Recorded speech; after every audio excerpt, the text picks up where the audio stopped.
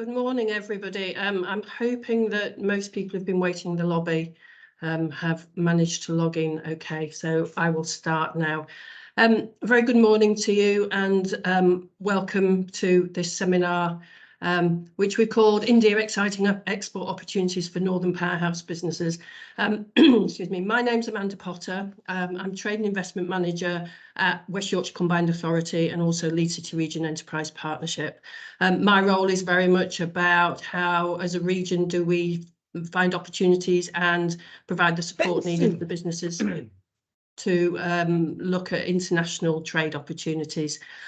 First and foremost, I'd like to say a huge thank you to UK India Business Council, Flipkart, Adiyogi, Quiz Clothing, DIT and UK Export Finance, who are all speaking at our event today. And I'm sure you'll agree with me that is quite a lineup of speakers, and I'm sure you will find what they have to say really interesting and very insightful. Just to let you know that the session today is being recorded and will be made available for anybody who's not able to attend live.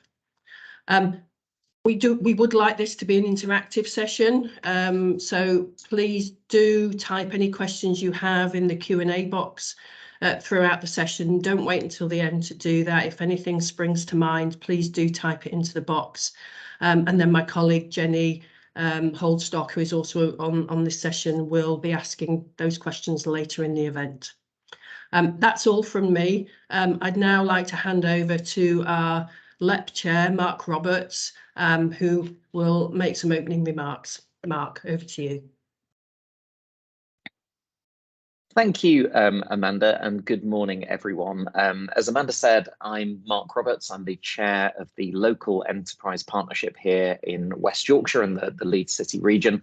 For those of you who don't know what a LEP is, it's a public-private partnership where we try to get our political leaders and business leaders working together to try to make our policy here in West Yorkshire a little bit more practical and to help businesses grow. As part of chairing the LEP, I'm also a board member of NP11, which is the Northern Powerhouse, a collection of the 11 LEPs that make up the Northern Powerhouse. My own business background, I was the founder of Beerhawk, which is an online craft beer retailer in the UK. We scaled that business and then became acquired by AB InBev, the world's largest brewer. And I then worked in their global e-commerce business for a number of years. Right now, I'm an investor in and also an advisor to businesses, normally who have innovative products and are looking to go direct to consumer. I got involved with the LEP because I'm really passionate about our SMEs and helping small businesses grow. And as a LEP, we offer lots of business support programs. We help with some access to finance and some skills programs to sort of help develop talent. And as Amanda said, we also help make connections for expansion into new international markets. And I think whilst exporting is absolutely not for everyone, I think for the right business in the right category, it could be a really great way to boost growth. And now, as we're representing our region of West Yorkshire, we have an ambition to be a truly international region. We want our businesses to lead not only on a national stage, but internationally as well. So we have to help by opening doors and supporting businesses in the region. You see, the challenge with exporting can often be that it's complicated, and that's why well, I've events just got a green like tea at the minute. Oh, but... I'm afraid I've not got a green tea. I've just got a coffee. But just as I was saying, that's why events like this are so important, as it can really help demystify this exports process. So I'm also delighted to be working in partnership with UK IBC and Flipkart on this event. I first met UK IBC and Flipkart during my visit to India last year as part of a trade mission that I went on with the Mayor of West Yorkshire, Tracy Braben, and also Jenny and Amanda, who are on the call today. It was a really incredible experience, and I certainly hope it was the first of many visits. We started so many conversations and tried to build on the already strong links that we have between our region in West Yorkshire and India. I think a few takeaways that I had: there's huge interest in UK products and services, which I think could make a really excellent opportunity for businesses with ambition to go internationally. UK products, I think especially those designed and manufactured in West Yorkshire, are really synonymous with quality and innovation. And India's such a huge market. It's the fourth largest retail market in the world. It's got a consumer market of 1.2 billion people, still expanding. And I guess if that's interesting to you, and I hope by the fact that you're on this webinar today, it is interesting to you, then you're going to hear directly from partners about different e-commerce platforms, which have different focus areas. And hopefully there'll be at least one option that's right for you and your business. We already have some incredible exporting success stories in our region. Typically, those businesses who do export are often more productive, and they make a real significant contribution to our local economy.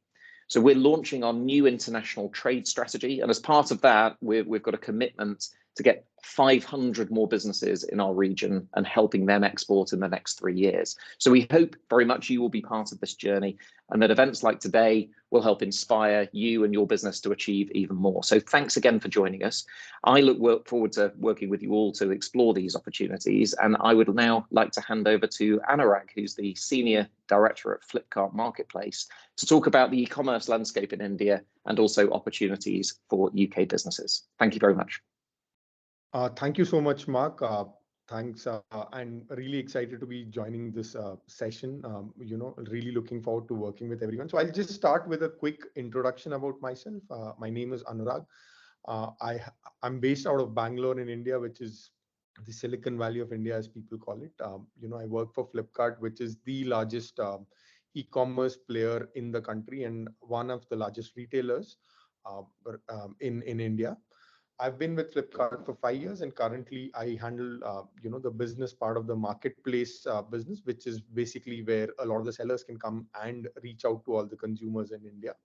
So that's the part I handle, and one of the charters is how do we actually get the international selection, right? So I have a small deck, but just before getting started, really excited to partner with with the team here, and also looking forward to welcoming some of the partners who are on this call to India.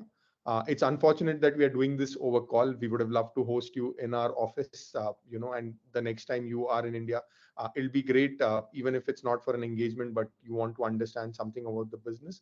It'll be great if you can drop into our office. We would love to host you in Bangalore or any other. We have offices across the country, right? So I think that's something that we would love to do on. This is something that this particular charter, I think, is of tremendous importance and something that we are really excited about.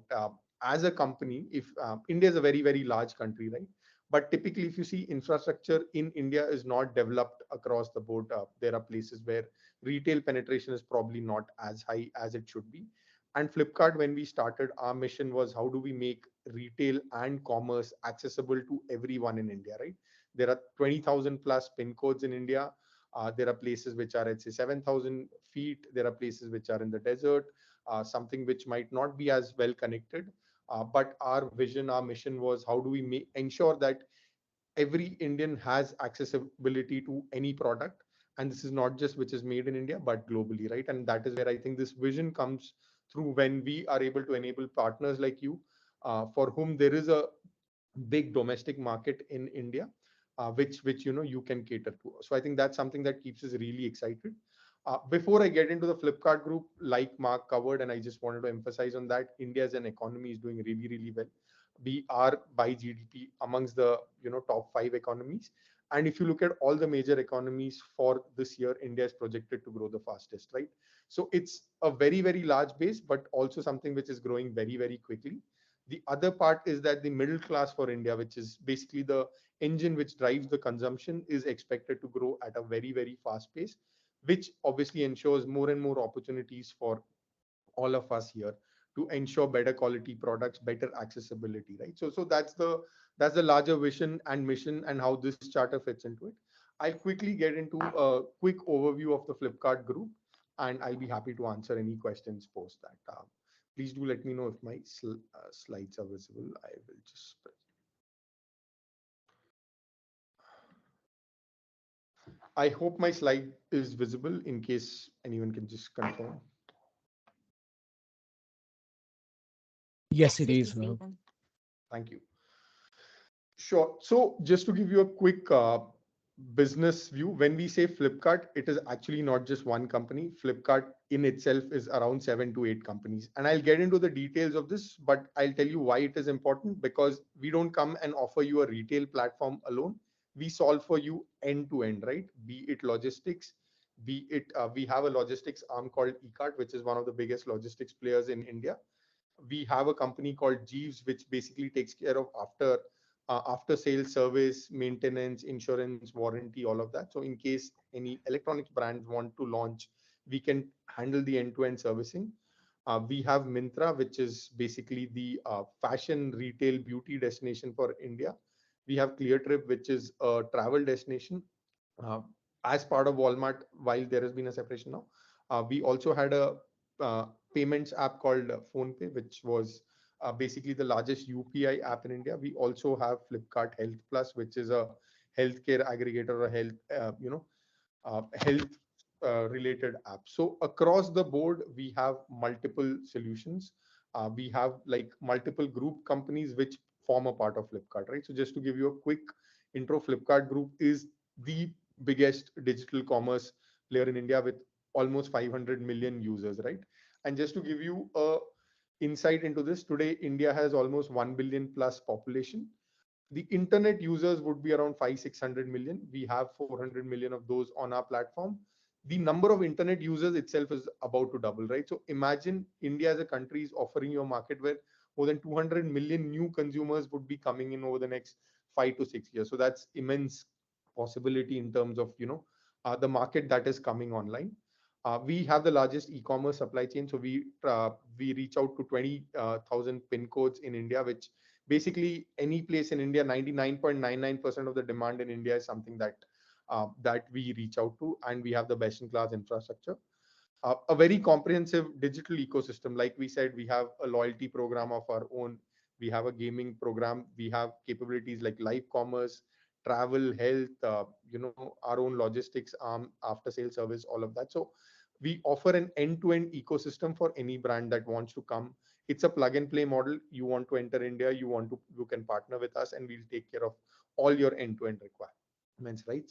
Best in class technology. We are a technology first company, right? And hence, if you see a lot of the innovations that have happened in India, in the retail space, in the e-commerce space, if you track back to who took did it first, you would see that 80 to 90% of the new innovations that are coming would be linked to the Flipkart group in some way or the other. Just to touch up on the last point, this is our history. So we are a relatively young company by that standard. We launched in 2007, so we are 15 years into our existence, but already we are the largest digital player and amongst the largest retailers, even if you account for both digital and say physical retail, right? We were the first company to launch COD e-commerce in 2007. Post that, multiple innovations. Couple of the key ones that I would want to touch upon: cash on delivery, right? So India as a market was very, very big on cash in 2010. We were the first ones to realize that and came up with solutions where the customers can pay through cash, and that has led to a very, very high adoption of e-commerce and of Flipkart, especially in tier 2 areas. So that was one big innovation. We were the first ones to have our own dedicated logistics arm. We were the first app in India on the commerce side to hit 50 million plus users and 100 million plus customers. We have a dedicated app for fashion, like I said, which was Mintra, which was something that we acquired. We are the most downloaded e-commerce app. One of the things I missed earlier, we also have our own, we had our own, refurbished platform, which basically was in case someone is using electronics, we are able to capture value across the value chain, where even things like exchange and all of those could be done through our internal, group companies itself. Another element is India as a country is many countries in itself, right? We have, more than 25 plus states. And in terms of languages spoken, it will be at least 10 to 12 different languages. The good thing is that the Flipkart app actually supports almost all the major spoken languages. So it's not just a app which is in English, but it is actually an app in multiple languages. And that becomes very, very important if you are looking to, build your business across geographies. And there are very, very few apps which actually give that ability. Given that we are a homegrown player, This is something that we pride in, which is where we are able to reach out to and deliver on the aspiration of every Indian, right? And that is where you see that we are, as an app, support multiple vernacular languages. And as a business partner for you, it becomes very easy. You just need to operate in English, but we do the heavy lifting in terms of converting the entire catalog into, say, the regional languages, right? So any product that you launch today, 12, it'll actually get converted into 8 or 10 different languages. So that's the power of technology. That's the power of scale that we offer. We also have a new business or a new platform called Shopsy, which we have launched, which basically targets the value consumer. And Flipkart Health Plus is something that we already covered. This is a look at all the, you know, group companies that we have. Like I mentioned, we cover the entire e-commerce value chain. So we have Flipkart, which is the largest commerce entity. We have Myntra, which is the premium destination for fashion beauty. Uh, we have PhonePe, which is basically the largest UPI player in India. They manage the entire payments part of it. We have eCart, which is the largest logistics player in India. Outside of that, ClearTrip, Health Plus, Jeeves, which is again relevant, which is the after sales service player, and Shopsy, which is the no frills and the value focused play, right? So as you see, we have three different customer facing platforms within the Flipkart group, which actually on the commerce side, which actually cater to different types of consumers. And then if the consumer is interested in travel, if he's interested in payments, if he's interested in something around health, there is something from the Flipkart group which actually caters to the consumer. So we've actually been able to build an ecosystem where we get a lot of people online, but we are also able to keep them within our ecosystem, given that we are able to capture a lot of the use cases that that the consumer works with. So this is just a quick view of the Flipkart group. This is in terms of how our 450 million customer base is currently segmented. So we have 30% of our customers coming from metro and 70% from non-metros, right? So that actually, when I say that we will ensure that your business reaches to every pin code in India, what we ensure is on the demand side as well as on the supply side, I have the capability to deliver on that promise. Similarly, if you see the SEC distribution, basically, which means, how premium customers, you can see that we capture a customer across a multiple sort of value chains, right? Or across a multiple levels of affluence. We have customers who are very, very premium to customers who are extremely value conscious. And the last part is around the digital distribution from an age point of view. So you see that 25% of our customers are actually under 18. And we also have a significantly large customer base, which is above 45, right? But typically, given that we are the leading e-commerce player, what we see is a lot of the youth who wants to actually start shopping online comes online first with with Flipkart, which is why we are in a great position to capture, like I said, another 200 million consumers coming online over the next 5 years. Flipkart is in a great position to capture them. Now, this is the relevant part for all our partners, right? So we have something called the International Lounge, which was launched in August last year. The idea is to actually provide, and this is currently live on our app, so you can go and have a look at any point of time to understand how it works. It is basically a dedicated portal where we actually showcase your products, and it is split by geography, right? So in case someone wants to understand or look at products which are typically available in Korea or in UK or in China or in Brazil, and they want to buy those, this is available very, very easily, right? So this is what is our international lounge. And similarly, what we want as part of our partnership with UK and the West Yorkshire County is we will have a dedicated section on our app where your products, your brands are visible. This is something that is marketed very, very heavily to consumers. And this becomes a dedicated portal where your products are displayed. What we want to do is get a few brands, build on the success stories, and from there take it forward. So that is the part on how we plan to showcase any international selection that comes on our platform.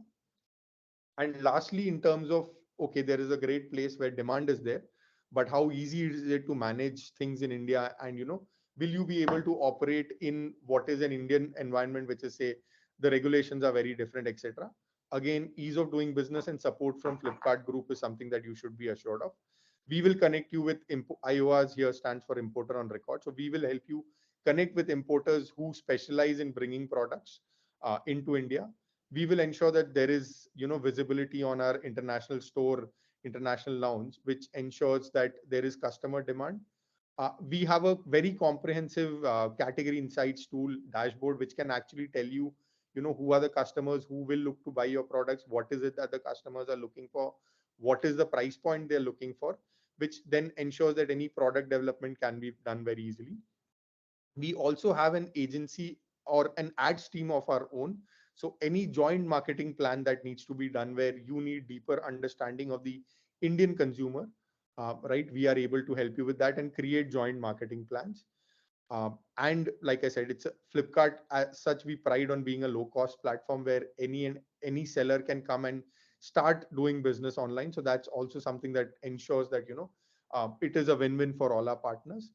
And we have very robust reporting in terms of sales, ads performance, geographical split, all of this. So what it ensures is, in a nutshell, Flipkart Group is the largest. We have a lot of solutions dedicated for international partners.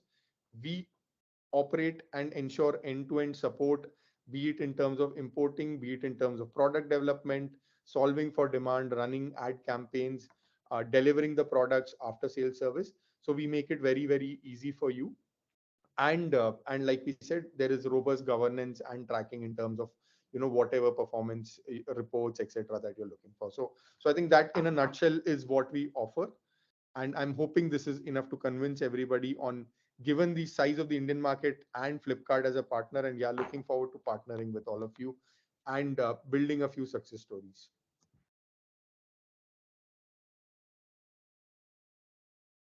So that's it from my side. Happy to take any questions. We'll probably park them for the latter stage of the discussion.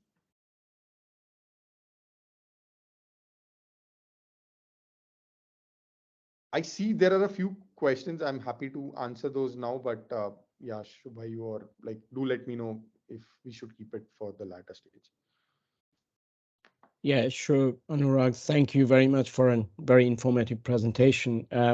Alex, can you put up my slides, please, if you don't mind? Thank you very much, Anurag.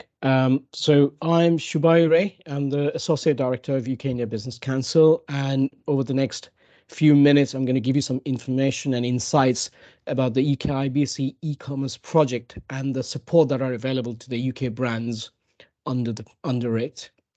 First slide, please.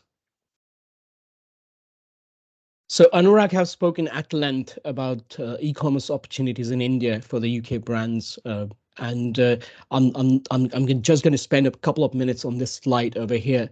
So all the exporters, UK exporters and prospective exporters who are listening to this webinar, I'm not sure which country you're looking to export or which country you're currently exporting, but the visual on the left pretty much summarizes the entire world for you. So if you add 2 Indian states, you'll get the population of the United States. And if you add 1 more to it, you'll get the population more than the size of EU. Not suggesting they'll all be your customers, but a perspective nonetheless, right? So what does digitally active India means for your business? There are some very exciting stats that I've listed, but digitally active India will have implications on your sales in terms of the number of channels that you can, online channels you can sell through your product, and ensure a quick stock turnover and cash turnover. And it will also have implications on your marketing in terms of how quickly you can reach out to your target customer base through an effective digital marketing campaign at a much lesser cost than in the traditional advertising media.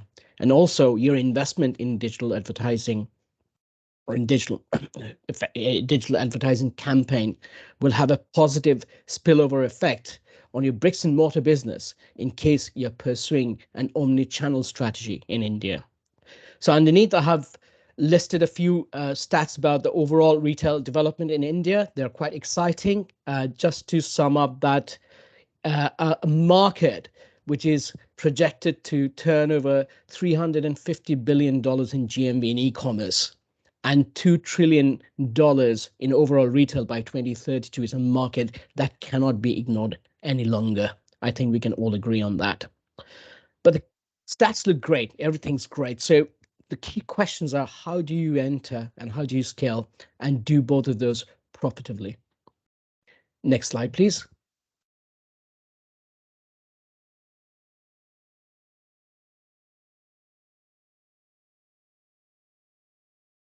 Thank you. So UK IBC has got answers to those questions. We have a structured process of onboarding British businesses onto India e-commerce, starting with the India business diagnostic, whereby we try to understand a bit more about your business, your products, their value positioning, your experience in e-commerce and exporting, the level of digital asset you've got, and above all, your India ambitions, and based on which we deliver a tailored solution to you, a tailored market entry solution, whether it's a digital first entry solution or an omni-channel solution. And then the brand will go through a thorough strategy, commercial and compliance assessment, a feasibility study. If the project becomes feasible for the brand, then we offer a 360-degree operational support in launching the brand in one of the fastest growing e-commerce markets in the world. Our supply chain is well integrated and it's very simple, with UK brands interacting with UK IBC in a diagnostic. And then we refer you to our UK integrator or account management partner who coordinates the entire process, the entire supply chain on your behalf, and also supports in executing contracts with your India integrator and remittance partner, Adyogi, who will speak after me. So when your stocks reach India, Adyogi takes over. They ensure customs clearance, inland haulage of the goods, safe warehousing of the products, and the last mile delivery. And they also manage all the technicalities involved in listing your products across multiple e-commerce channels, whether it's a B2C platform like Flipkart or a B2B, or even D2C, which is becoming an increasingly important marketing and sales channels.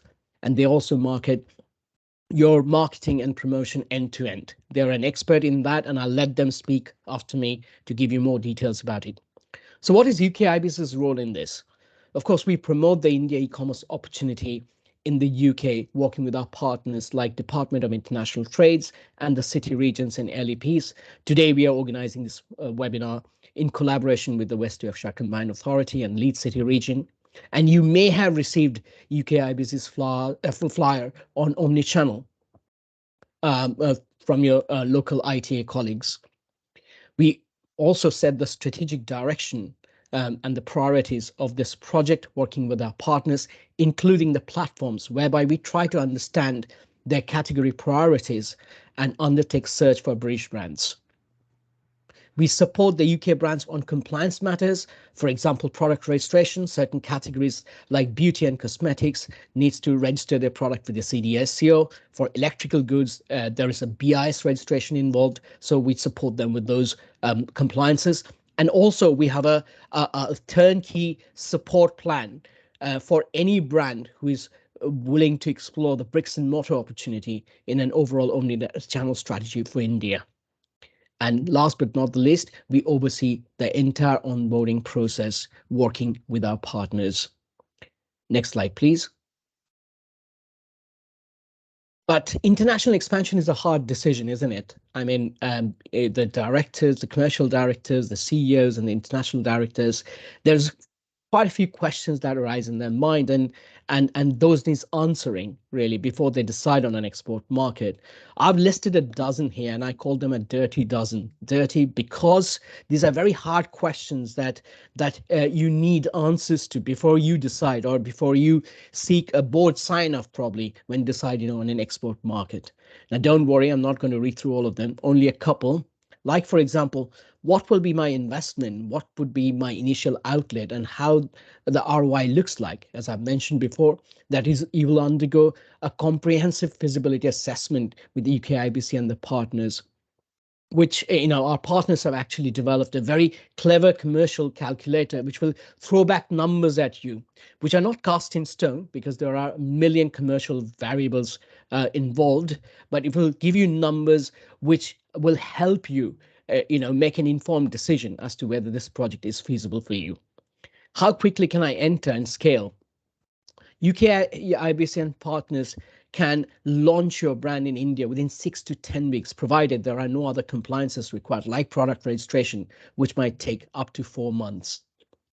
And by listing with 2 major e-commerce platforms, one has already spoken before me, your brands will have exposure and distribution reach to 90+% of India's postcode, which pretty much covers the majority of the 1.4 billion population. How do I get my money back? So the partner that you'll be working with, Adiyogi, and you will liaise with on a day-to-day basis on operational and strategic matters, are the ones who will ensure a safe repatriation of the net funds back to you. And then there are support available from UK IP office in terms of the level of IP protection you need in India. They have an attaché based out of British High Commission in Delhi who will offer you with free advice. And there is advice and support available from UK Export Finance. The head of UKEF India, Rahul, will speak later in the webinar. Next slide, please. Now, risk is inherent in any business, and I take the example of the British food and drink industry, whereby 9 out of 10 new product launches fail, despite the brands having done all the right thing, having ticked all the right boxes. Now, the way we have tried to minimize the risk in this project is, first of all, the brand will have a full control on the volume of stock on consignment. Now, you might start with a small trial promotion, and then see what promotion, what pricing, what products, what marketing is working, and based on that, commit to a larger volume subsequently. The brand will have a full control on the pricing and promotion. Our partners can only suggest a few pricing sweet spots, but it's absolutely brand's decision whether they want to, at what price and at what margin they want to sell in India. So we can launch a brand, we can launch a brand on multiple e-commerce platforms from the same pot of stock, which means that there's a shared risk and also a possibility of a quicker stock turnover, which will help your cash flow. And majority of the investments in cost in this project is directly proportional to your volume ambitions. Of course, there are some fixed costs, which Adiyogi will detail in their presentation after me.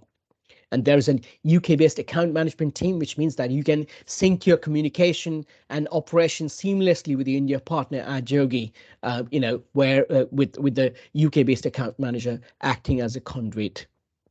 Can you go back to that slide, please, Alex? Thank you very much. Yeah. And the commercial feasibility assessment will save you a lot of time and resources in drawing up a strategy roadmap for India. I've already spoken about the repatriation of funds. So just to sum up, that this UK IBC's e-commerce project gives you a structured way of market testing your product in India with a comparatively lesser exposure compared to if you would have approached the market unilaterally. And just to let you know that the UK IBC team and the Adiyogi team would be available in London for in-person meetings on the 20th and 21st of February and in Leeds on the 23rd of February. So next slide, please. Any businesses who are based out of London or down south and are looking to see us in person on the 20th and 21st of February, please register your interest by writing to events@ukibc.com. And for all the businesses based out of West Yorkshire and Northern Powerhouse willing to see us in person, I'm quite sure that Amanda and Jenny's team will reach out to you in due course of time. So with that, I'll end my presentation and I'll hand over to Dr. Lucky Yadav, who is the Chief Business Officer of Adiyogi, our India e-commerce partner. Over to you, Lucky. Hi, good afternoon, everyone. It's a nice sunny day here at Delhi in India. So great to connect with all of you today, and grateful to UK IBC for giving us this opportunity to speak to all of you. It looks like a great turnout today, and we'll be happy to take you through the steps because you'll have a lot of questions in terms of how can you go live and launch your businesses in India. And if there are any questions post my presentations, we'll be more than happy to take them. So let's get started. So this is the question we are trying to answer today. I'm sure the answer to this is already yes for most of the people who are present here. We'll just, in the course of the next few slides, show you how easy it is to do so and set up a business and launch in India. Let's go to the next one. This is a quick introduction about AdYogi. We work with 350 plus top business houses in India at the moment today. We have a very deep partnership with all the key marketplaces and platforms in terms of advertising and marketing, and also in terms of sales. So like you can see here that we give you all the options when you launch into India, whether you want to launch through your own website, whether it's on big marketplaces like Flipkart, Myntra. Anurag is here today. He has already spoken to you about the power Flipkart has in India marketplace. We also work with Amazon and other marketplaces as well. So a lot of analysis done on the basis of what your product is, what your category is, and what is the right fit out for you. The next slide, please. And you'll be able, so these are some of the big brands that we are working with in India today. This is just a, indicative list. Like I said, the whole list is available on the website for you to see. We are pretty much category agnostic, which means we work across all the verticals like fashion, beauty, pet care, furniture, home decor, food, health and wellness. Those are the big categories for us, and pretty much working with all the stalwarts in those industries. As you see on the next slide, we have strong partnerships in place. In India, we are the top partner for Shopify. We are the top partner in Asia for Meta. We are premium Google partner. We have a partnership with TikTok. And of course, we work with all the key marketplaces in India as well. So coming to, what interests you the most and why all of us are here. That why is the world looking at India? Shubha, you spoke about this. Anurag has spoken about this, that the world is looking at India because we are the fastest growing economy and there is a robust demand that we are catering to. We have a massive digital presence now. And this growing economy has also given people a lot of disposable income, which they spend online, fortunately, and shopping.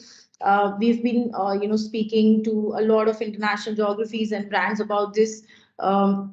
There is a lot of fascination is the word I would use for Indian audience, for international brands and products, because there is a expectation on in terms of how great the quality would be, the design would be, and the product would be. So there is a huge demand and consumer base for in India today for international brands.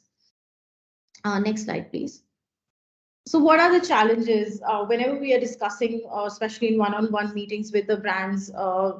These are the kind of questions which come up. There is a lot of confusion or queries about how does the Indian market work? How does the launch happen?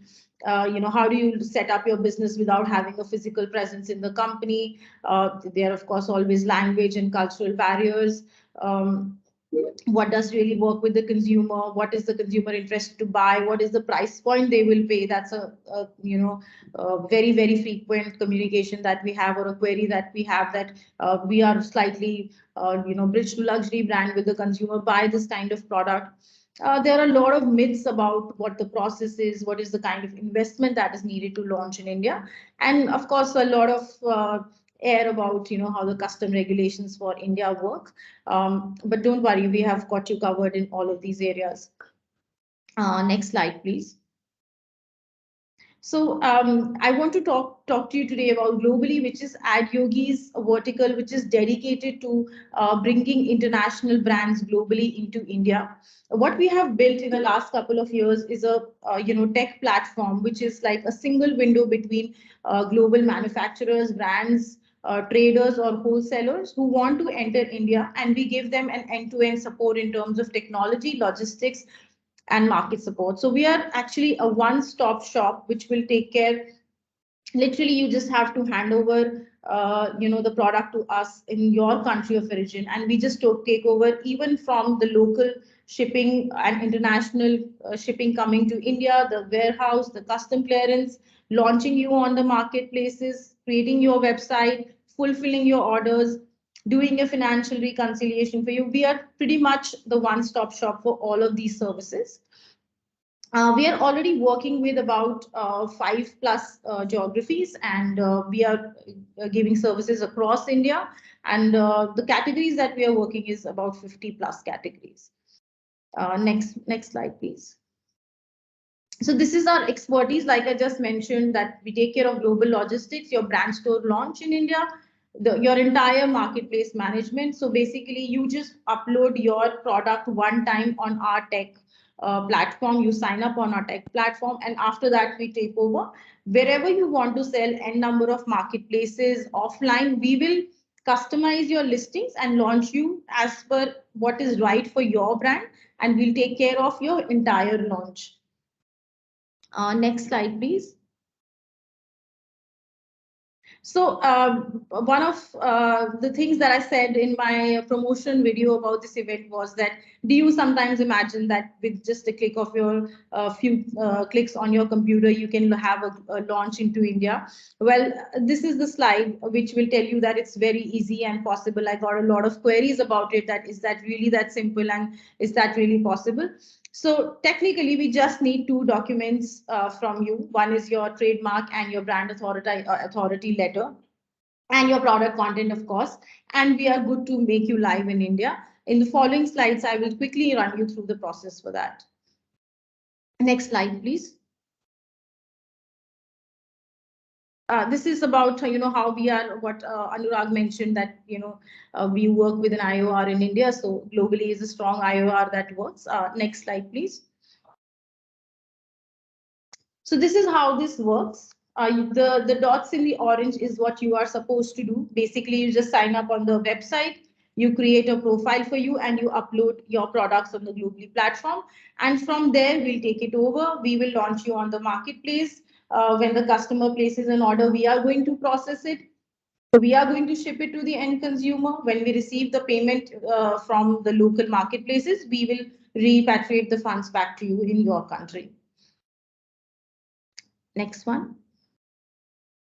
So we have 2 models that we work with currently. One is the drop shipping model and one is the inventory model. What happens in drop shipping is that you keep your inventory in your country, in your warehouse. We will upload and make your brand live in India. And whenever you get an order, we will pick it up from your warehouse in UK and deliver it to the end consumer in India. This is a good way when you're starting a business and you want to test the waters. It's a safe bet, mostly because your inventory is with you and we are only buying it from you when the order is placed. And it's sort of a good way to build some audience and test what products are working, and what marketplaces are working and what categories are working for you, especially in categories where there is heavy licensing that is required. So drop shipping model is the inventory remains with you. We only pick it up from you when there is an order. Same, you can see the process. The process remains the same. We will take care of the whole launch, but only the inventory movement does not happen. Next slide, please. The next model is the inventory model. Again, in this model, the only difference is that the inventory is in India with us in our warehouse, and the rest of the process remains the same. What advantage we have in this model is that, you know how e-commerce work. The minute a customer has ordered something on their marketplaces, they want instant delivery. So this helps us to fulfill the orders, with the next day delivery option, and helps us reach the consumer better. So currently we have both the options, and you can reach out to us and we can do one-on-one meetings when we are in UK to understand both the business models in detail. Next slide, please. So these are the top categories. Like I said, we are category agnostic. Electronic and computer, pet supply, jewelry, stationery, beauty, home and kitchen, baby products. These are the categories that we work in. Next slide, please. Okay, a quick information about how the fee structure works. I think this is the next question that would be coming to your mind. we have two kind of costs. One is a fixed cost, and one is, of course, a commission on the sales. So in fixed cost, we would mostly have, things like your logistics, your custom duty, where we have no control, marketplace margin, which are fixed, warehousing charges, which are fixed, and we have a model where we work with you on a commission of the sales in terms of whatever business we bring for you and build for you in India. We charge you a small commission of that, and in exchange of that, we offer you the entire launch and service that is needed in India. Again, we can discuss this based on your brand. Next slide, please. This is a quick, slide on how we have grown in the last few years.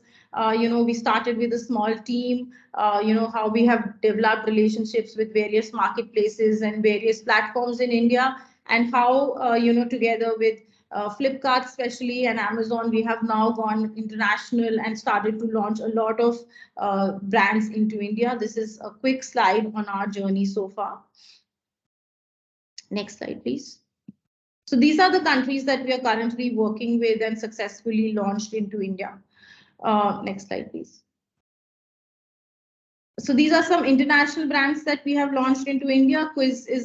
Keith from Quiz will be speaking after me, so he can talk to you about, how we have worked with them in terms of their launch.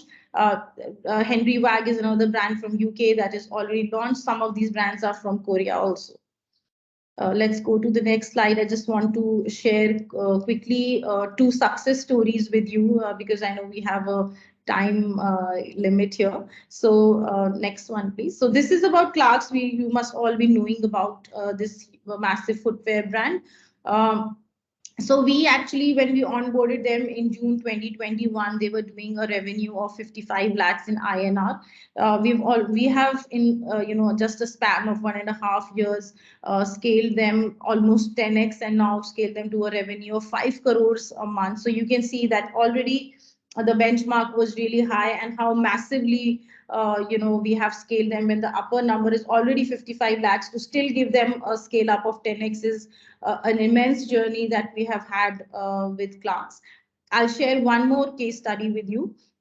Next slide, please. This is Mother Care, which is in the segment of baby products. Again, when we onboarded them, from where they were to now scaling them up to 18 crores of revenue a month, it has again been an incredible journey. This is again in just 2 years of working with us. We have numerous case studies like these. Like I said, you can reach out to me. We can meet up, we can connect, we can chat up, we can share stories which are relevant to your industries in terms of the kind of journey we have had with them. So this was a quick presentation from my side. I hope I was able to answer some of your questions about how can you start your journey into India. Happy to take questions at the end of the session. Thank you, and over to you, Alex and Keith, for the next session.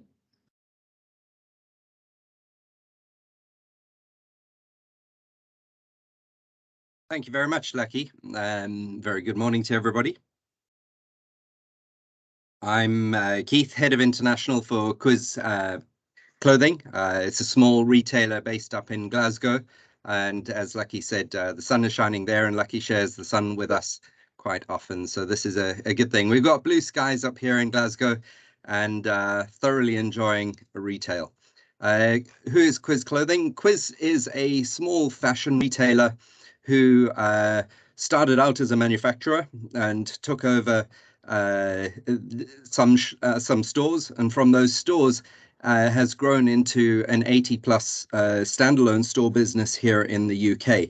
Equally so, about 2008, took on some franchise partners, and then primarily in the Middle East, and worked with those partners in serving the customer internationally. At that stage, it was more about sharing the UK product and taking it forward.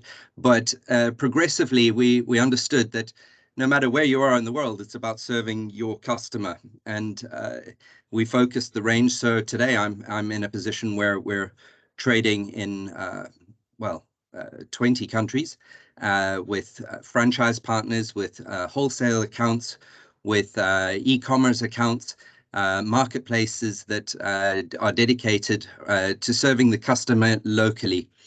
That reason for expansion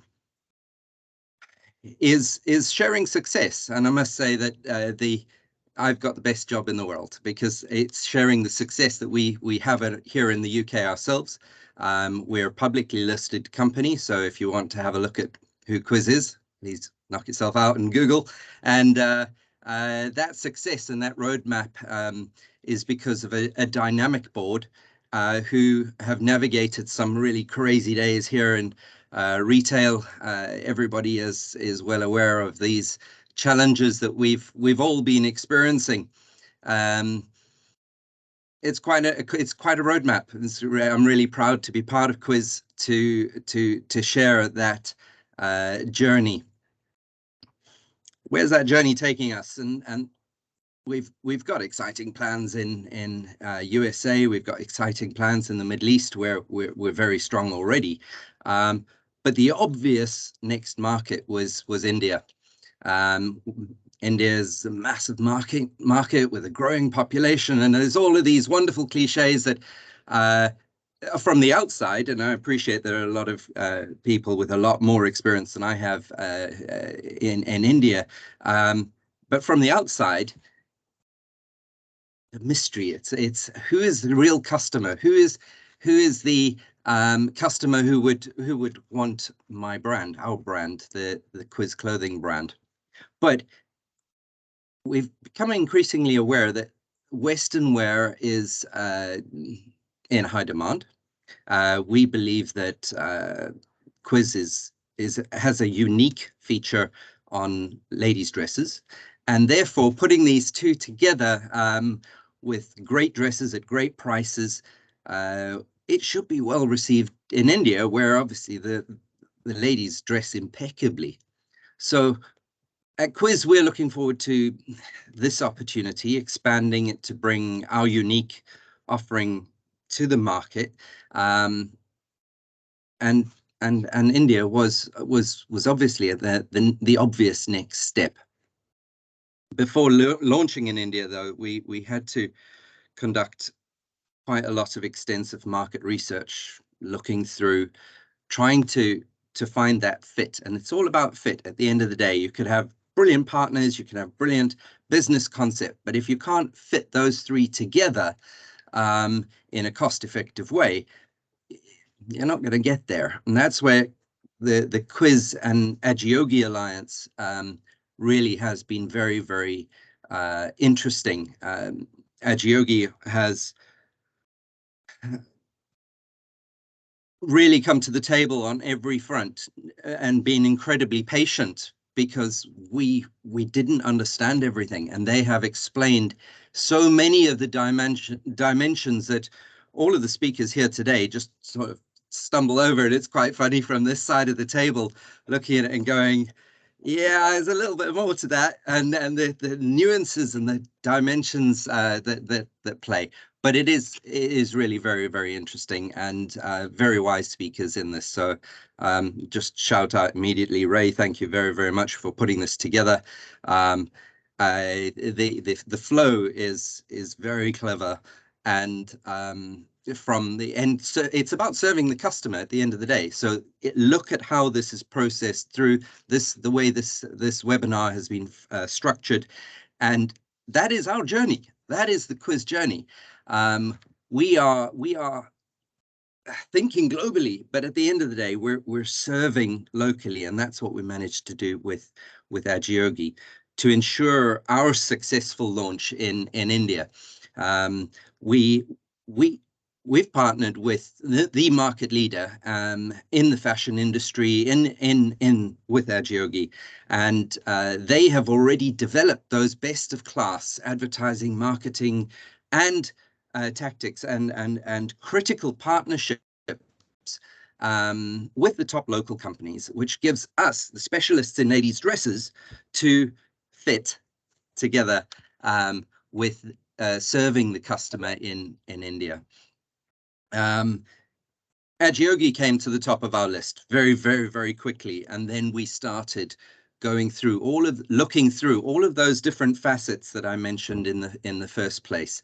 Their supply chain and logistics is well established with strong network throughout the whole of India, but it's also about coming from here. It's also about getting our stock in from factory. So we are developing the most efficient process, because my goodness, the cost of freight at the moment and the last 2 years, it's been eye-watering. I think we're in the wrong business, but sorry, there's some people here from that part of the business. But you know, at the end of the day, we've got to get it to the product to the customer in the most cost-effective form.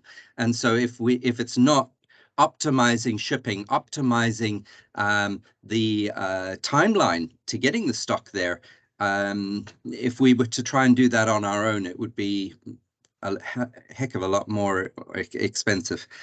So thank you very much to Ajiogi for supporting us and guiding us on that road.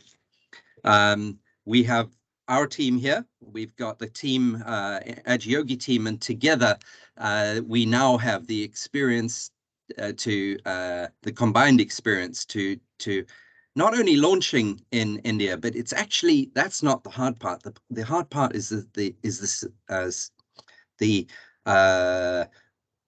keeping that momentum, keeping that process. So, you know, in Lucky's spreadsheets there, you've got those bullet points and that rise, that projected or that actual trajectory. That is what we're plugging into, and super exciting. The sort of future plans, you know, it's learn what the customer really wants, and this is where the data analytics, the skill sets that Ajiogi brings as value add to the table are very exciting. Because if we're starting with a blank page here in Glasgow, to be able to serve and optimize getting more of the right stock and less of the wrong stock into market as quickly as possible is again a learning curve, and that fulfills that other facet. So very much appreciated, and really, it's all about our quality. It's all about our optimized supply chain, but at the end of the day, serve the customer with what she's looking for.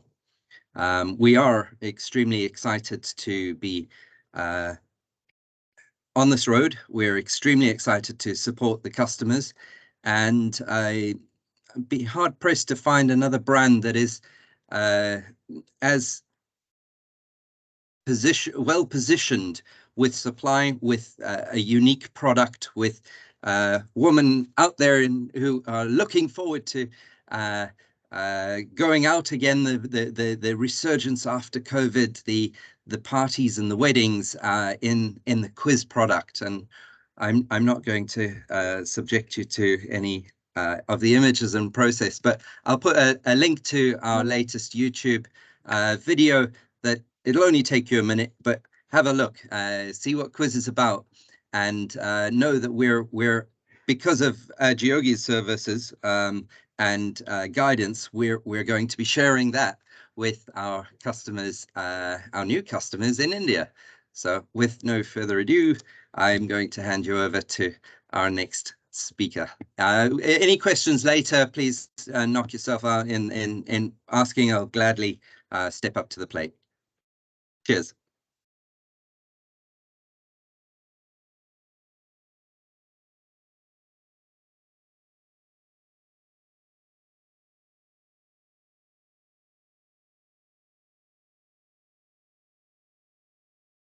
Thank you very much, Keith.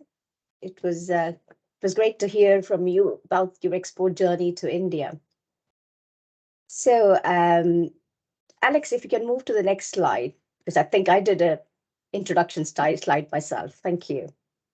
So good morning, everyone. My name is Ranjana Abraham. I'm an international trade advisor with the Department for International Trade, and I'm based in Leeds in our regional offices for Yorkshire and Humber. I must thank the organizers for the opportunity to speak to you today about our services. Before I go into the presentation, I want to say that the department's name and remit has changed as of yesterday. We are now the Department for Business and Trade. That's it. I'm yet to receive new branding and guidelines, so I'll continue to refer to our department's services as it were before. And so you will see DIT branding on my slides. Next slide, please, Alex. Thank you. So as a department, our role is to support companies export, bring high quality investment into the UK, negotiate market access and free trade deals, and champion free trade. So that's our role and our mandate. Next, please. So when we say we support companies, what does it actually mean in practical terms for SMEs? Essentially, we provide you the tools and the resources that are required to confidently export, take advantage of opportunities in overseas markets. And this could be in the form of one-to-one advice, seminars, webinars, events, trade shows, or through our international network of trade advisors in 100+ international markets, access to funding, and through online learning tools. Next, please. So if you're an export-ready company and if you would like to work with DIT, we would assign you to an international trade advisor like myself, who will be your relationship manager and single point of contact in DIT. So your trade advisor will can help you put together an export action plan and facilitate access to various DIT services and the wider business support network. They will act as your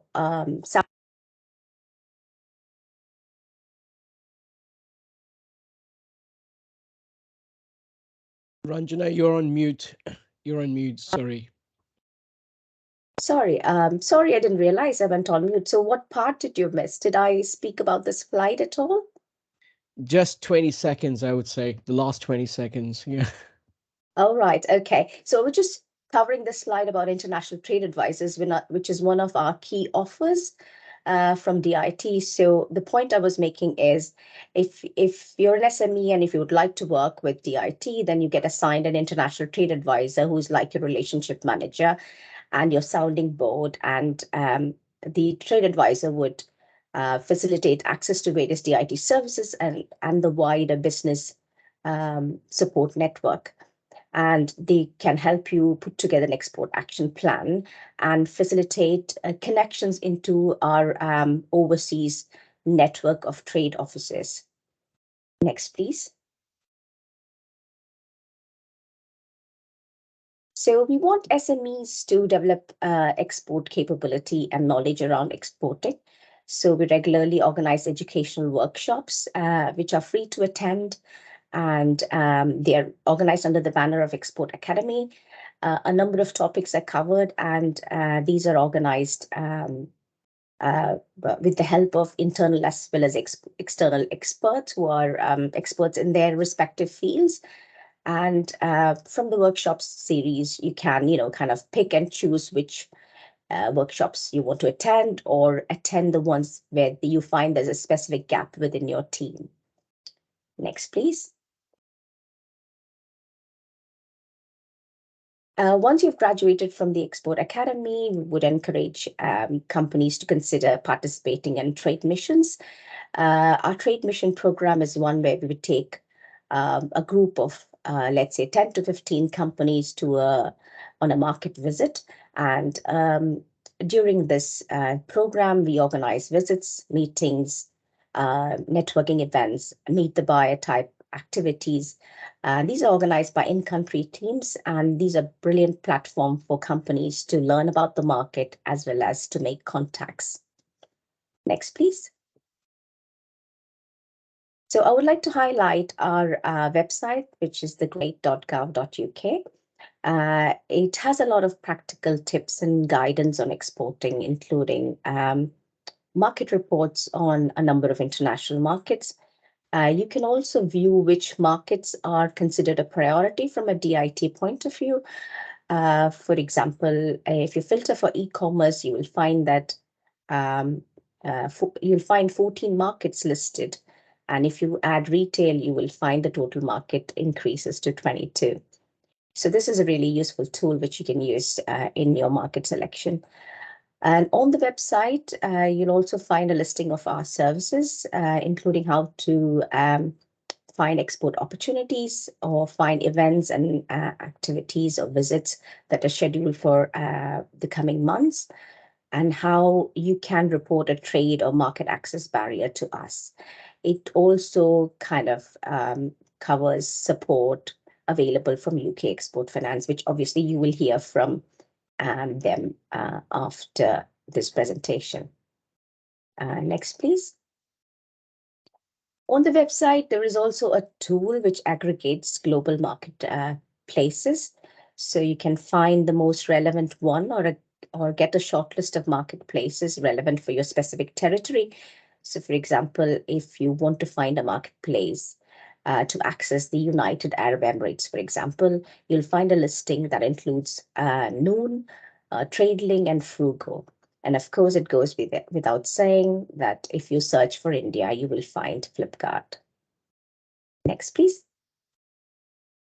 So finally, before I finish, I just want to draw your attention to our newly launched export support service, which is a one-stop shop for all your inquiries. You can ask any question about exporting to new markets, paperwork you need to sell to a certain market, or specific rules around selling to a country. So the ESS service can be reached via the link on the slide, and they'll be happy to answer any questions. Next, please. So if you've never been in touch with DIT, I'm sure many of you have already worked with an international trade advisor, but if you don't, then please do get in touch. Please also do take some time to check out the website that I've mentioned. As already mentioned, we have a network of offices across the globe. And for India too, we have offices across 9 cities in India. So you are able to access all these services through the Department for International Trade. So that's it from my side. I would like to pass on to the next speaker, who's, I believe, Rahul from UK Export Finance. Over to you, Rahul. Thank you, Ranjana. Good afternoon, everyone. Good morning. Good afternoon. I am Rahul Tabhane. I am the country head for UK Export Finance in India.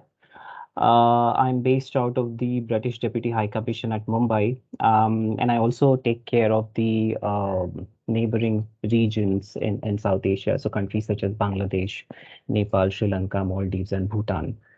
I think we are running short on time, but I'll try to capture all the important points on the financing support that UK Export Finance can offer to UK companies and the Indian overseas buyers who are interested in the trade and investment activity. Next slide, please. So just a quick round of introduction about UKEF. We are a UK government department. We are operating successfully since 1919, so over 104 years of operating history for us, wherein we have been helping UK companies to help them trade and invest overseas. We are specifically a debt finance provider, so within the space of equity and debt finance support, we kind of categorize ourselves as a debt finance provider, and that we do via providing UK sovereign guarantees or sometimes direct funding to overseas projects or companies. Our support is available across all sectors, but with focus on social, sustainable, and clean growth. I understand that today's session is more inclined towards the retail sector, and I see a very healthy chat going on in the sidebar, which shows an interest from UK companies to trade with India. So definitely there is a role for UKEF to play there. In terms of the products, on the same slide, please. Yeah, so in terms of the support that we can provide, we categorize our support in two broader buckets. Basically, a support that we can provide within UK to UK companies, which can be the working capital support or trade finance support or capex or investment loans for UK companies so that they can increase their exporting capacity.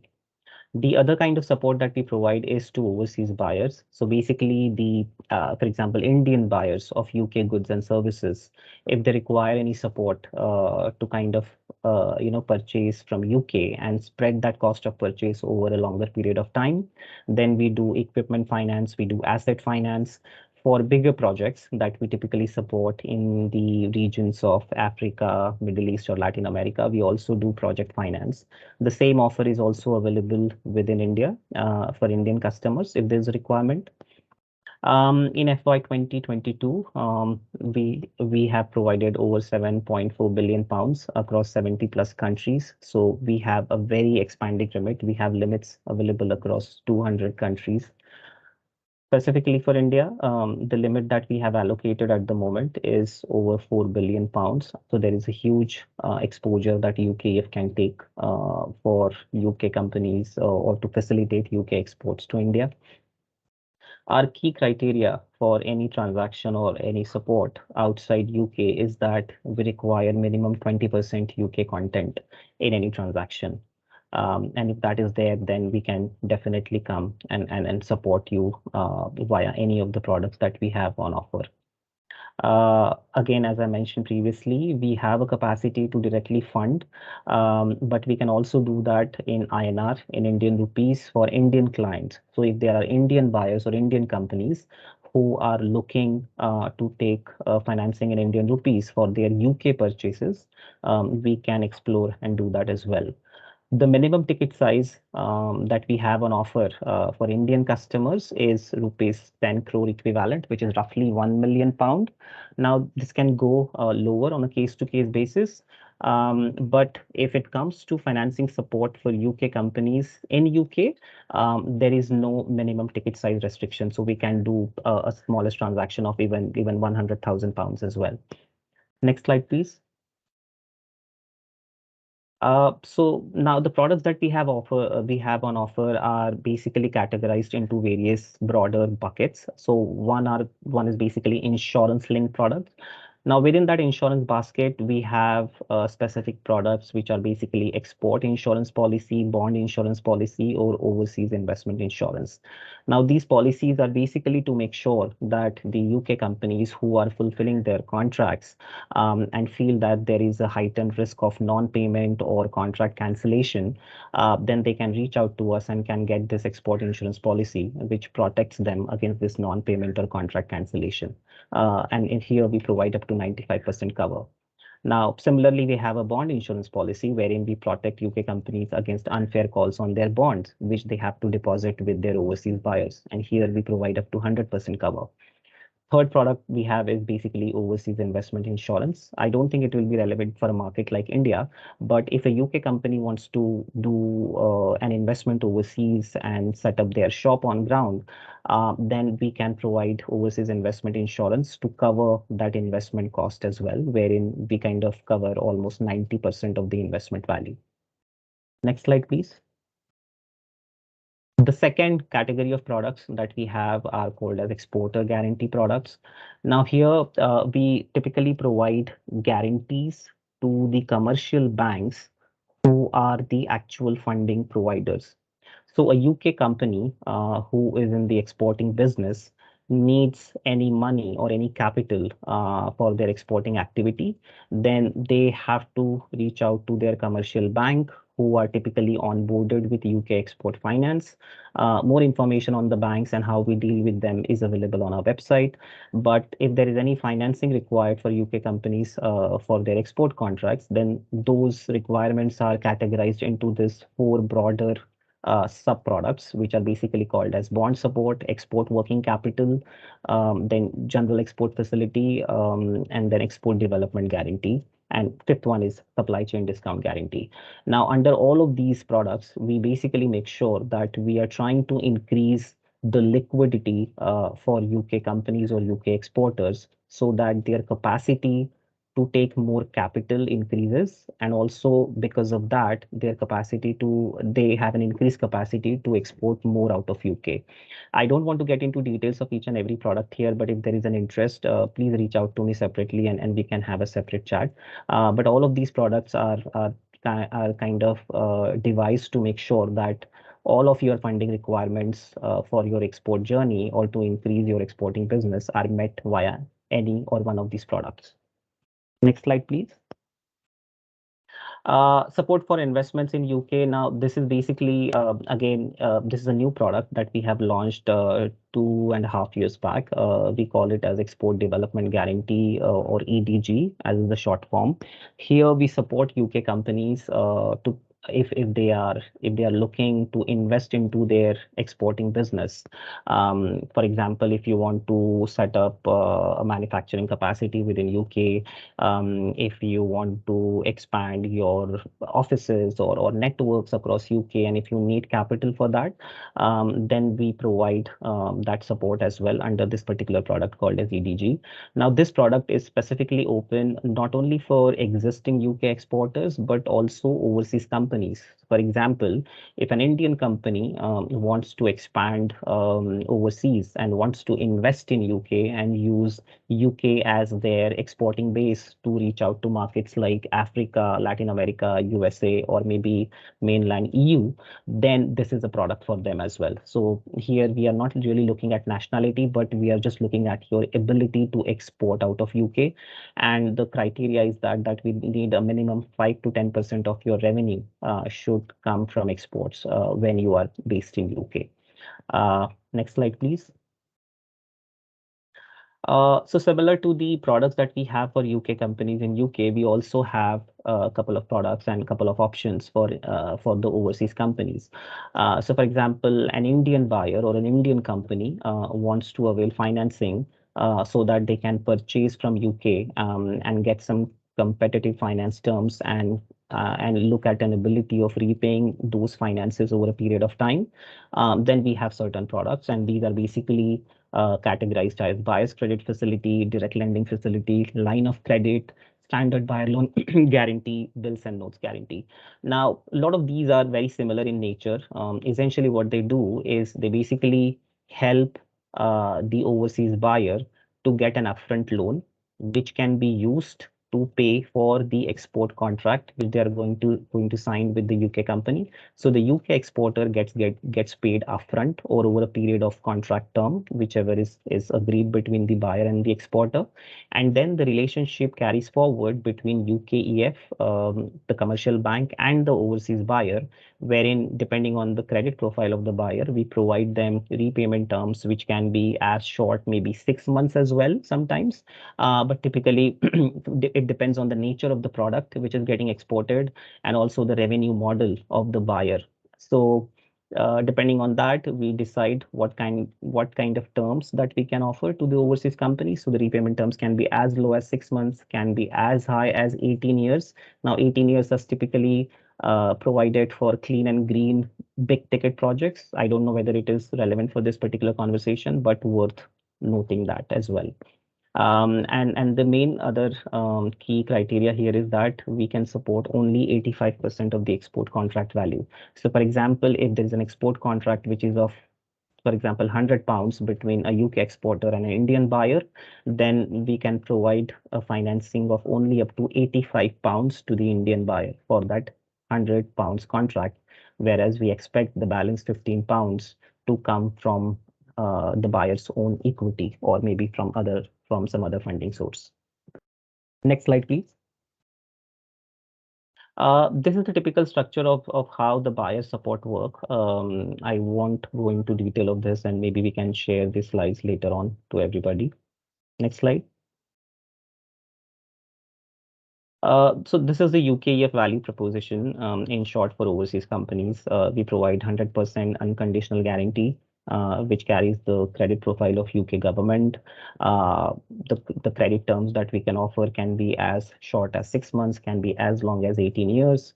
We can provide financing in 60 plus global and local currencies. We bring alongside global banking relationships with us. We have an existing relationship with over 70 international financial institutions. We have flexible transaction structures depending on the requirement. We are very keen and innovative to kind of, structure and customize the terms of the trade. We provide increased support for local cost as well. The local cost, in a sense, the cost which gets incurred in the importing country. So, for example, if you're looking at a transaction between UK and India, the importing country here is India. So if there is any cost which gets incurred in India, maybe some services or equipment provided by Indian supplier, we can provide financing for that as well. We require minimum 20% UK content, and likewise DIT, UK IBC and other institutions, we also engage into supply pair matchmaking. So we also provide advisory services and bring opportunities to the UK companies. I think that was my presentation. Next slide, please. Yeah, okay. So thank you everyone for your patient listening, and thank you UK IBC for inviting me to this panel. Happy to answer any questions, if any. Fantastic. Thank you, Rahul, and thank you to all of the speakers.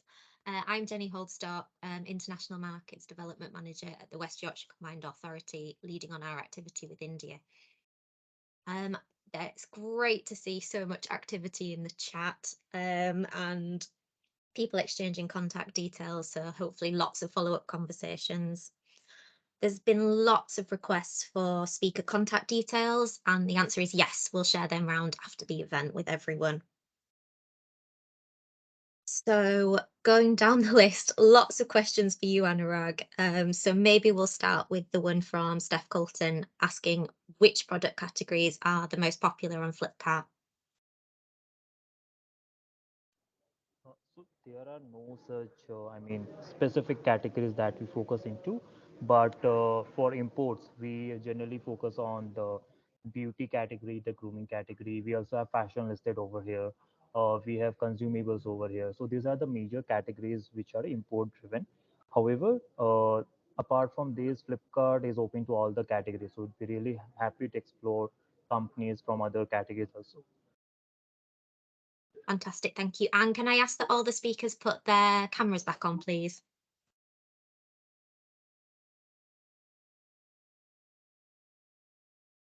Fantastic, thank you.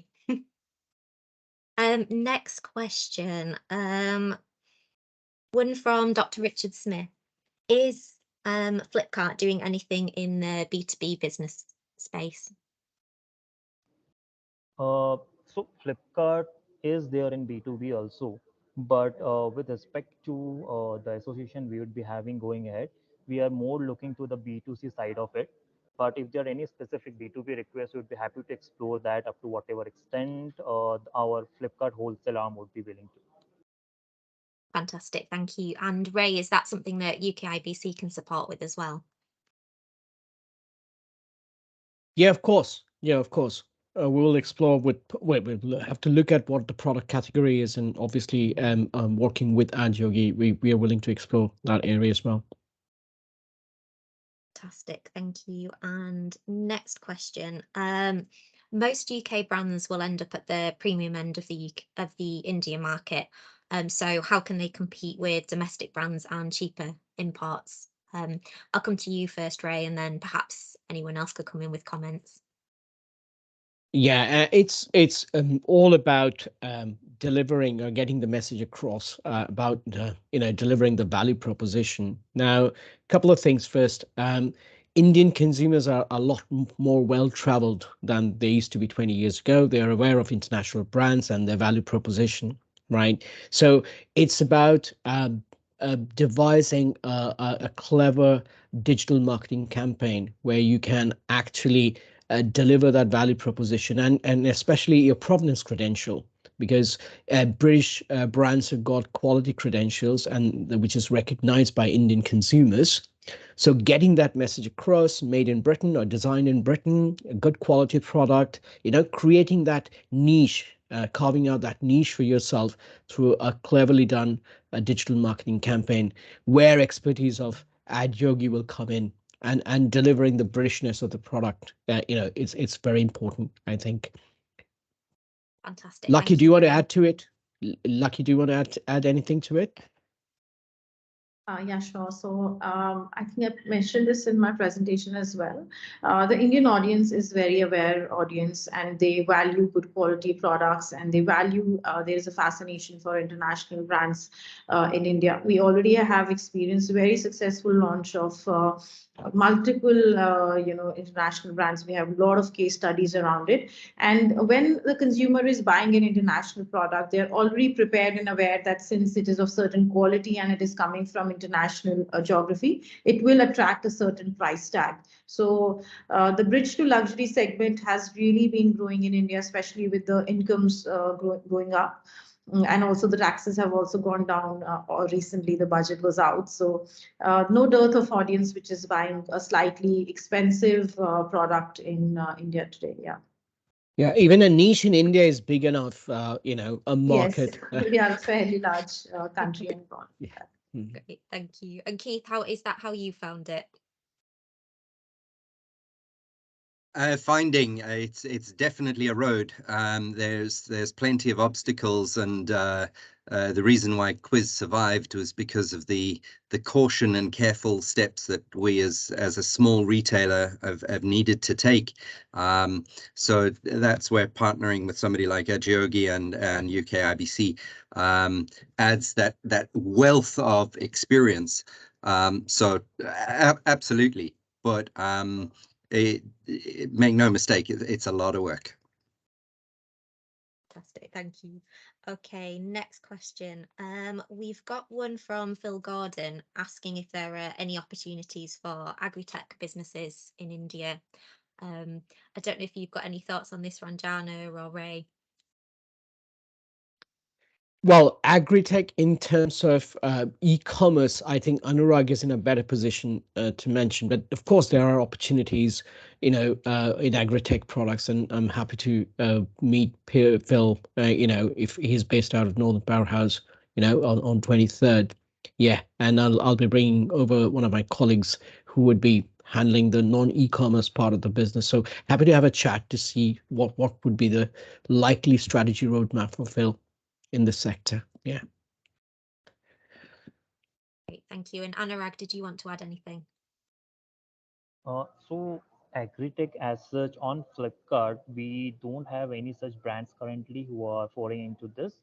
I think it would be a better option to explore this offline, I think, rather than Flipkart if it's for any other businesses. That would be bringing much more juice to this. Okay, great, thank you. And sorry, over to you, Ranjana. Yeah, I just want to echo what Anurag has just said. Maybe the online platform may not be the right route for it. It could be, depends on the product really. So I would suggest the company to get in touch with us and we can discuss. It's definitely, there's a market for agri-tech products, but it's only finding out which part of India and where the consumer or the client is going to be based. I think it's a priority area for some segments, some in northern and northwestern India. But I'll take advice from our colleagues in India before commenting on that. So if you do get in touch, then we can have a conversation with our DIT trade advisors on the ground. That is Rahul's colleagues probably in India, based in Chandigarh. I suppose we've got Leeds who look after agri-tech there. So, we can have a conversation to discuss what the product is and what the market is. Thank you. Fantastic, thank you. Next question. Is there a demand for UK food brands in India, and especially in the plant-based food space? I can see you all nodding.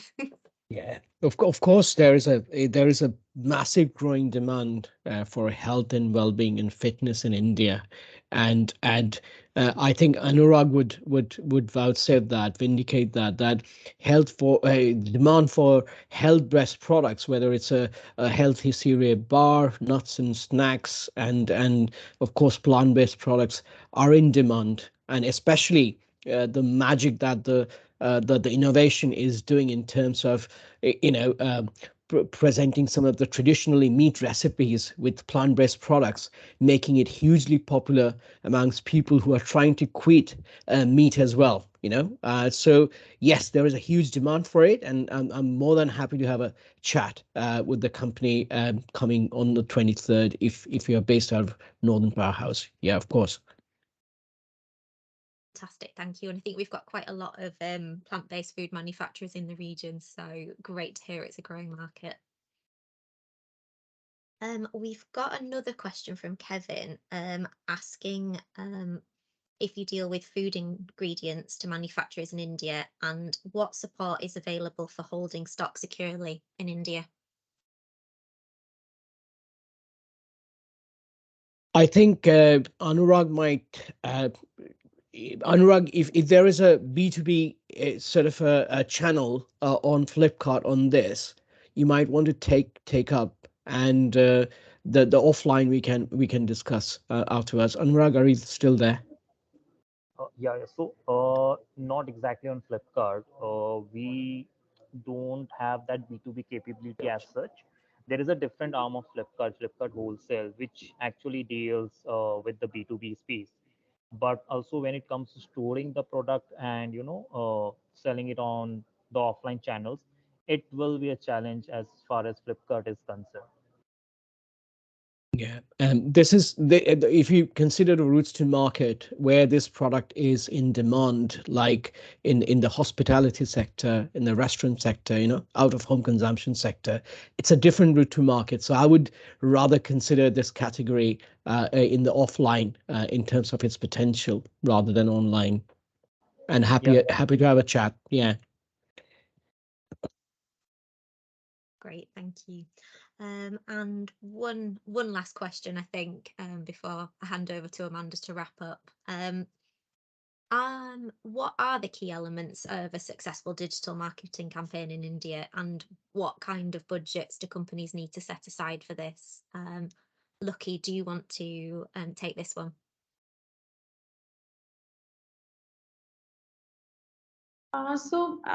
We've discussed multiple times in today's session about the kind of volumes or numbers that are possible to sell in the Indian geography today. So digital marketing or e-commerce is really big in India right now, and the industry grew many folds post-COVID, especially. If I purely talk of marketing budget, so that depends brand to brand and category, and brands already existing global presence or brand recall in the Indian audience. But if I had to give a very broad number, then we recommend at least 10% of the GMV that you're targeting to be taken as the marketing budget. Brilliant, thank you. And we'll share all of the presentations and contact details after the event. Everyone, please do get in touch with any follow-up questions. Brilliant. I will now hand over to my colleague Amanda to sort of give the final remarks and wrap up the session. Thank you very much, Jenny. And first and foremost, I'd like to say a huge thank you to all our speakers today. I'm sure everybody who's been on the session will agree that it's been the most interesting of sessions, and I think in such a short space of time we've already learned a lot about the potential of the Indian market. Just some of the stats that kind of captured my imagination. The fact that it's the fastest growing economy in the world, third largest online shopper base, fourth largest retail market in the world, expected to grow to 2 trillion by 2032. Those sorts of figures, I think, are so hard to contemplate, really. And a growing middle class with inevitably that growing disposable income as well. So undoubtedly there is a market there to be explored further. But I think also some very good advice about doing your homework, making sure that you have the knowledge about the market and the different cultures, the customs regulations, and actually what your customer is looking for as well, which I think is all really important for any market in the world, but I think particularly a market as big and as expansive as India is, and clearly as I think it was Anurag said 25 different states, which are all slightly different and will have their own requirements.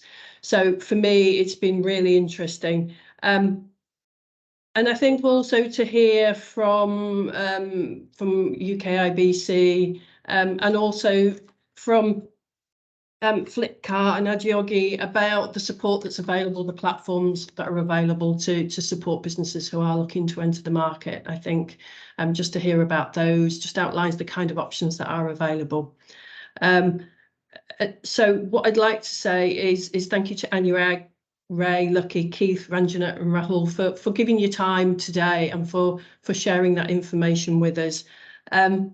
And also just to say to everybody who's on the call that Ray, Lucky and other colleagues will be in Leeds on the 23rd of February. That's Thursday, the 23rd of February. And any Yorkshire-based businesses who would like to book a one-to-one in-person meeting to explore in more detail their own options and ask questions in person, then please do book on to that session on the 23rd of February. We will be sending out details of how you can book onto that event, and we'll share those after the event. I think what I'd like to do is I think pinch some of the quotes from Keith, which I think were particularly interesting, given his experience of exploring the Indian market. I think some of the things you said, Keith, were, again, really insightful, I think, for a lot of markets. But I think the whole thing around finding your fit, finding the right partners, was so important, and about learning what your customer is looking for, which comes back to the point that Ray made about finding your niche in the market and understanding exactly in such an area where there are many opportunities, finding exactly where your niche is and who and what you're trying to sell. But I think your phrase "thinking globally but serving locally," Keith, was the one that really struck home with me. So I'll leave you with that one. I think that's absolutely the right approach from my perspective. Thank you so much, everybody, for joining us, the speakers, and also everybody who took their time to sign in today. Thank you. We appreciate it very much. Thank you very much. Thank you. Thank you.